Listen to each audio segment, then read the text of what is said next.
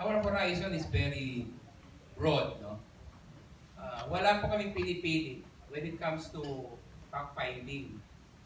Kung ano ang makakabuti at maka-generate ng magandang resulta, go kami. So, it doesn't matter whether opposition or administration yung source ng informasyon. Why not? Maganda yung expose ni Senator Lacson eh. And this is one of the few times that I agree with him. No? Meron siyang nakalap eh. So, if he can share with us, I don't know kung willing siya, no? Kasi meron silang sariling problem. But if Senator Lacson is willing to share info with us, then that will be very good.